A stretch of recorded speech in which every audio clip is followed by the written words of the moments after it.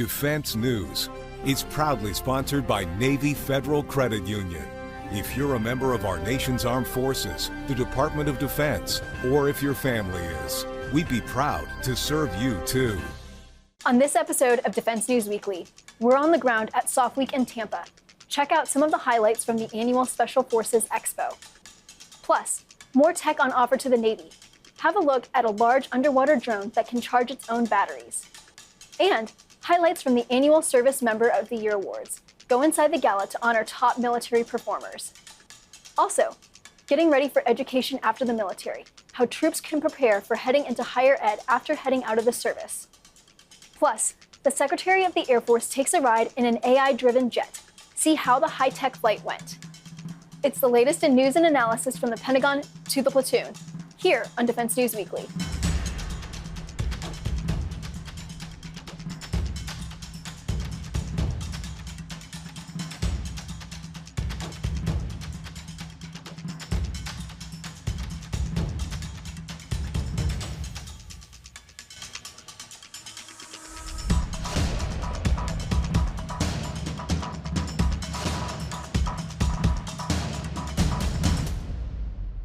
Welcome back to Defense News Weekly. I'm Diana Stancy. SOF Week is an annual extravaganza of all things Special Forces, from gear and weapons to exhibitions of tactics for those in attendance. We were on the floor at the show this year. So we're here at the Global SOF Foundation SOF Week in Tampa, Florida. Behind me is a whole lot of really cool displays of interesting technologies, everything from boots to hearing protection to submersibles, aircraft, vehicles, and pretty much everything in between. Today, I got to learn a lot more about what the military is wanting, what special operations community is wanting from industry, specifically in certain domains and certain terrains. So they're wanting really to get pushed further into the Arctic, so ways to get vehicles more mobile in the Arctic, also ways to protect and keep soldiers, sailors, airmen, marines, special operators warm and safe and comfortable, and also being able to operate for long durations in cold environments. They've got to get communications equipment to be able to operate at very low temperatures. We're talking 20, 40, even 60 degrees below zero, which is not what they're used to at all. Beyond the Arctic, they're also looking, of course, in the air. Everything needs loitering munitions now. They want everything down to a squad level to be able to have its own small air support. To do that, they're mounting drone launchers and one-way suicide attack drones, loitering munitions they're called, onto vehicles, and also giving man-packable or rucksack-packable loitering munitions for people to fire and do their own aerial surveillance, electronic warfare attack, or actually strike with missiles like a kamikaze drone, just a one-way drone striking and attacking a target. Lastly, but really more interesting, and probably wouldn't see this many other places, especially with special operations being what they do with the Navy SEALs and Marine Raiders and other amphibious focused operators, is the maritime domain. So they're building better swimmer and SEAL delivery vehicles, basically submersibles that SEALs don their gear, their wetsuit, their dive suits, they go on the vehicle transports them miles and miles, hours and hours underwater in stealth conditions to get to a target or an objective. Larger dry docks keep SEALs protected coming off of a submarine with pressures and being able to lock in and lock out when they need to get to a particular location or target or destination. Combat diver suits, communications gear for underwater, tracking and navigation, all those things are key to the water mission, the maritime mission. You also have surface craft, from riverine boats to a medium and heavy attack craft with weapons of their own. Drone capabilities are integrating now, their own kind of missiles and effects, machine guns, every kind of armament you can think on these types of watercraft for the SEALs and the MARSOC Raiders to get around. Those types of capabilities are key to a new fight with the great power competition, working on coastlines, littoral zones, and other areas in the amphibious zone and in the maritime zone. So we're going to keep our eye out for even more interesting technology in different domains. And this has been Todd South of Military Times reporting from SOF Week in Tampa. Heading into school after leaving the service can be a daunting and confusing prospect for some veterans. How do you navigate the higher education system following your time in uniform? In a recent webcast, Military Times Deputy Editor Leo Shane spoke to two experts on how to get the most out of college after joining the civilian world. Have a look. Joining me today are Kevin O'Neill, Senior Policy Associate for the American Legion's Veterans Employment and Education Division, and Victor Nzunza, Policy Analyst for Swords to Plowshares. Let's get started. What are the first things that veterans should do when they're thinking of enrolling in college? Do you have any general tips? Because I know just looking at this can be so overwhelming. You've got your GI Bill, you've got choosing majors, you've got choosing the right place. When veterans come to you guys for advice, what are the first things that you tell them? And Kevin, let's start with you. I would say, far before becoming a veteran, while you're still in the service, I would start researching and planning at least a couple years in advance. Start exploring avenues that you're interested in, your passions. Start talking to as many people as you can about what avenues are available to you. And again, what your passions are and what you're really interested in. Because if you're going to pursue a degree, you really need to be invested in that. And so if you're not passionate about it, I can tell you right now that it's going to be a lot more difficult to pursue that particular avenue. I'll give you an example. So when I got out of the military, I enrolled in community college and thought that I wanted to go into the computer science field. Well, I found out really quickly that I wasn't passionate about that. And so I changed directions. I found my real passion was international relations. So I pursued a degree in that. So I would just recommend that you really do a lot of research and explore the various avenues because there are so many. And I really recommend speaking to as many people as you can in those career fields to find out if this is really something that you want to do. Victor, what about you? If there's folks who haven't done that sort of level of planning, what do you tell them just run to a college, just pick something, just throw yourself into it? Or is it sometimes better to take a step back here? So I would just say, like, a lot of what Kevin said applies in most situations too. But definitely for folks who may not have prepared in advance, which isn't, it's not a high crime or anything. It happens. Getting out of the military is a very complicated process. Some folks are more concerned with material things like getting back home, transitioning their family into a new place to live, finding a stable job. So, getting into education right away is probably not the best idea. I would say for myself, I took about 6 months off to kind of get established and did some work before I started going back to community college as well. It just seems like whatever's going to fit for the individual person. And we find that the more that we talk to students who've engaged in this process, their stories are very different and their pathways are going to, be really more particular to their situation. And so there's really no reason not to take time and just kind of plan either in advance or take time to get acclimated back to, the city that you live in or wherever you end up moving first. Is there a stigma against that, though? I feel like some folks are like, hey, I'm out of the military. I got to make a decision now. I got to move forward, right? But it sounds like just jumping into that might not be the best call. So you got to figure out what your plan is first. Okay, so I would say in a similar vein to what Victor was speaking of, I mean, it depends on the individual. It depends on what they have going on in their life. Do they have dependents? Do they have a place to go back home to? So these are things you need to consider. I do understand that there's an urgency to do something right away when you exit the military. I would say if that's what you want to do, I would recommend attending community college to start and really figuring out what path you want to take and what you're interested in.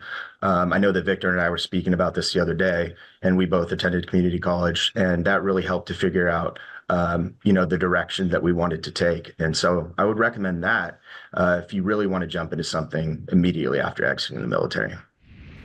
When we return, a long-range Navy drone with the ability to charge its own batteries. Have a look at the emerging tech when we come back.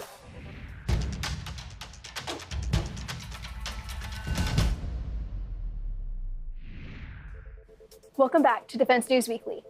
It's been said before that humans know more about outer space than they do about the depths of our own oceans. So when it comes to mapping the seafloor and gathering data in the deep, the military is always looking for more. Enter TerraDepth, which fields an autonomous drone with large payload capability that also has a novel capability. It can charge its own batteries. The UUV can run silent on battery power for long lengths of time, then surface to charge back up. We spoke to the founder of TerraDepth at the recent Sea Air Space Conference about his company's offerings, and here's some of what he had to say. So I went to the Naval Academy, and from there I service-selected Special Warfare. So that's the SEAL teams. So I was a SEAL officer, and that's where I learned firsthand that people don't know much about the ocean at all, which you get very intimately familiar with when you are diving at night and you're lost. Humanity really doesn't know much about the ocean, both from a defense perspective and from a commercial perspective, and also from a conservation perspective. If somebody could make robots that were very smart and could stay out for a very long time with nobody touching them, we should be able to get a very high-resolution map of the seafloor, which is what led to the creation of this, And it's what led to the creation of a data platform that makes it really easy to view, upload, download, share, or keep private ocean data as you see fit. So Seagate gave us money to start that, and we got to work. In 2005, we were getting ready to go on our first deployment, and we were going to Baghdad, but we started using this new thing called Google Earth. And when you opened up Google Earth, you could see the bottom of the ocean. And about that same time, a nuclear submarine, the USS San Francisco, runs into an underwater mountain. And at the time, we're looking at this new Google Earth thing and saying, well, you can see the bottom of the ocean. How are we running into mountains underwater? And that's where we learned for the first time that most of that data is extrapolated. We've only mapped about 10 to 20% of the ocean to any meaningful resolution. And a lot of that data is just not there. And to the extent that it is somewhere, it's sitting on a shelf in a safe, and it's not accessible. This is Teradep's large diameter uncrewed underwater vehicle. It's a meter in diameter. It's about 9 meters long. The thing that's really special about this is its ability to stay out for a really long time without anybody having to touch it.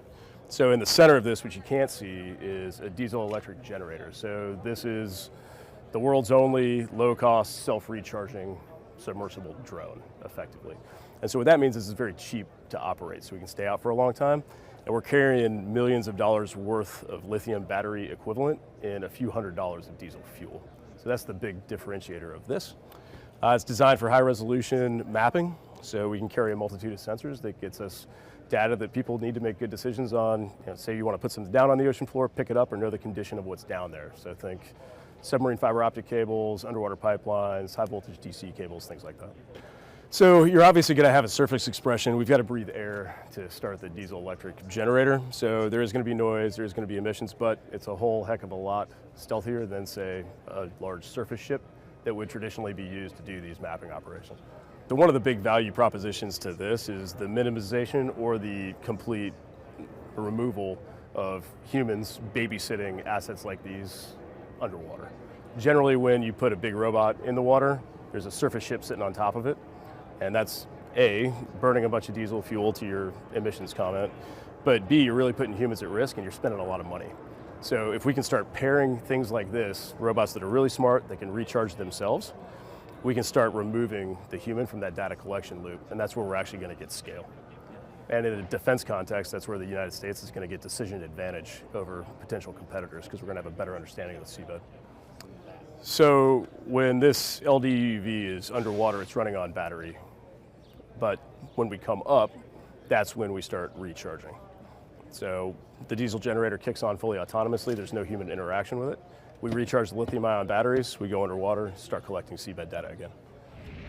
And in more underwater tech this week, DARPA and Northrop Grumman released new images of the in-development Manta Ray uncrewed underwater vehicle. In a release from the Defense Advanced Research Projects Agency, officials said the distinctive UUV completed full-scale in-water testing recently. Operators of the Northrop Grumman-built vehicle tried out all of the Manta Ray's propulsion and control features, and DARPA said the prototype is ready for real-world operations. The Manta Ray is intended to present a new class of long-duration, long-range, payload-capable UUVs ready for maritime missions, according to DARPA. Every day is a good day to celebrate exemplary men and women in uniform, and recently, Military Times did just that with the annual Service Members of the Year Awards held in Washington, D.C. The annual Springtime Gala honors outstanding members of each branch, bringing them to the Capitol for well-deserved appreciation, and this year saw another meaningful and emotional event. Here are some highlights from the celebration. Check it out. Tonight is about celebrating heroes, everyday people who walk among us, whose actions inspire us and shape our nation.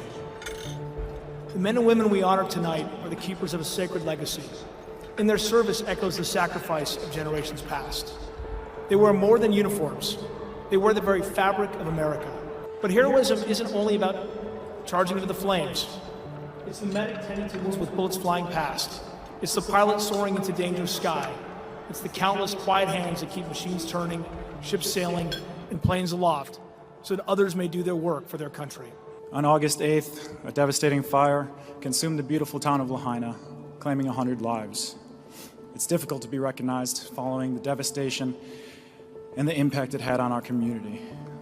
I was entrusted by the officer in charge with the responsibility to lead, and I strive to fulfill that duty to the best of my abilities for the community of Maui and for the crew I serve.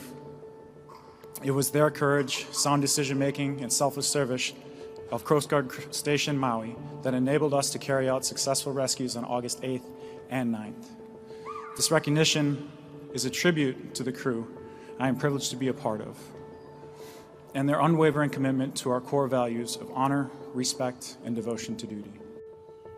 Good evening, everyone, especially those who are serving, have served, and continue to serve. Tonight, I have the distinct honor of presenting this year's Soldier of the Year Award.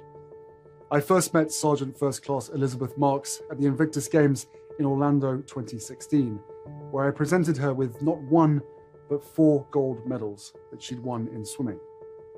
To me, she epitomizes the courage, resilience, and determination represented across our service community. And this is not just because of her swimming abilities. Ellie has courageously overcome every obstacle to cross her path. She has turned her pain into purpose and led through compassion and willpower. First, I'm honored to be on a list with such amazing service members. It's been a joy getting to meet you guys and hear your stories. For the other recipients this evening, thank you for taking the time to get to know me, and thank you for letting me get to know you. I am also very honored to represent a community of ill, sick, and injured service members. On behalf of the Commandant of the Marine Corps, it is an honor to be here to help recognize the 2024 Military Times Foundation Marine of the Year. Colonel Nicole Mann's impressive military experience spans over 2,700 flight hours as a combat fighter and test pilot in the F-18 Hornet and Super Hornet aircraft, 47 combat missions in Iraq and Afghanistan, and 200 carrier landings. As if all that wasn't enough, in 2013, Mann joined NASA to tackle a new type of challenge. In October 2022, Colonel Mann served as commander of NASA's SpaceX Crew 5 mission to the International Space Station. In 157 days, her crew conducted a number of experiments to enhance the future of space exploration and life on Earth. Mann's 2 spacewalks, totaling over 14 hours, included numerous critical station upgrades as well. Colonel Nicole Mann has taken her calling as a United States Marine to new heights and serves as an inspiration to her fellow Marines to challenge themselves and continue to push the limits of human exploration. Wow, this has been an amazing evening, and I am proud to be back on planet to celebrate with you tonight. Thank you to the Military Times, to Michael, Kelly, to all the support staff for all of your hard work to make this a memorable evening. I am proud to represent the Marine Corps here tonight. You know, events like this are very important to me personally. We come together as one, as a community. We've heard from the amazing awardees today, and it really highlights how special each branch of our military service, the important role that we play. The incredible people in this room that I've met tonight, from our donors to our nonprofit organizations, the work that you do selfishly to support our service members in uniform really means so much. And amazing events like tonight highlight that selfishness, that selflessness that we all have in supporting each other. And it's amazing when we collaborate and come together, the beautiful things that we can do. To all the service members in the room tonight, past and present, know that your community and indeed the international community is grateful. Grateful for all the sacrifices you and your families have made. Grateful for your service to your country. Grateful for continuing the important values we learned. Tonight is for you. Thank you for all that you've done. When we come back, our personal finance expert is back with tips on transitioning from military into civilian life.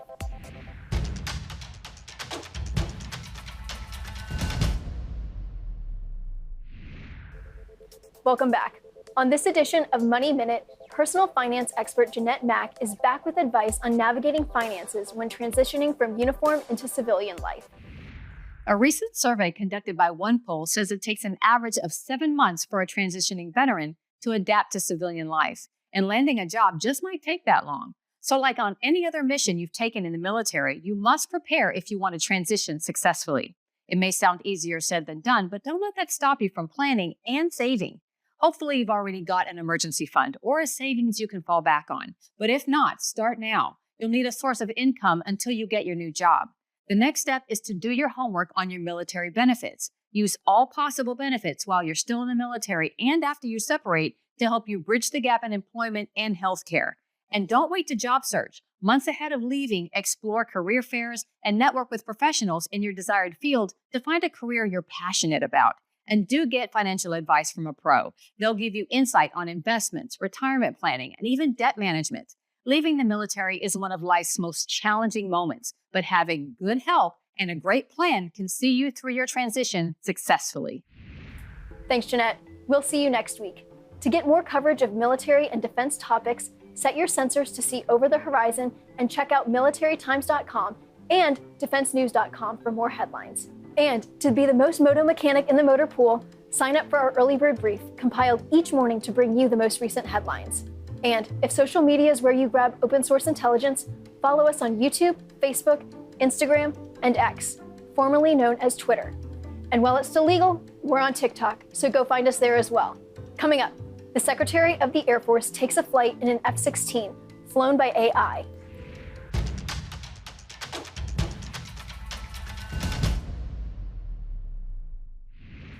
Welcome back to Defense News Weekly. I'm Diana Stancy.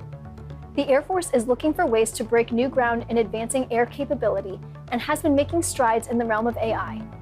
Along with unmanned drone wingmen sent aloft to fight with crewed jets, it's also trained artificial intelligence to fly traditional fighters. To highlight how far they've come in that realm, the Force recently sent Secretary of the Air Force Frank Kendall aloft in one of the experimental fighters, an F-16 out of Edwards Air Force Base in California. Kendall talked about how the Air Force is thinking about the technology and how it was used in the test flight. Basically, the way we're using the artificial intelligence, the automation, is we set up a situation for an engagement, if you will, and then we turn the automation on and we let it control the airplane for some period of time, a minute or two perhaps during the engagement, and then you turn it back off. And there are a number of safety features that, what altitude we have to be at, how close we can get to the other airplane, where it turns itself off or we would take control away from it. So I wasn't terribly worried about the risk of the autonomy. The F-16s, fitted with the technology called the X-62, are modified to accommodate the processing power required to fly autonomously. Test pilot Colonel James Valpiani explains. So on the back there you can see a component that's a little bit different than what you see on most F-16s. It has there a whole series of computers that are designed to provide an autonomy sandbox. The computer's not going to get tired, it's not scared, it's going to follow its rules and do as close to a perfect maneuver as it can do. Whereas the humans are always going to have some variability in how they perform. And that's all we have time for in this week's episodes. We'll see you next week on Defense News Weekly.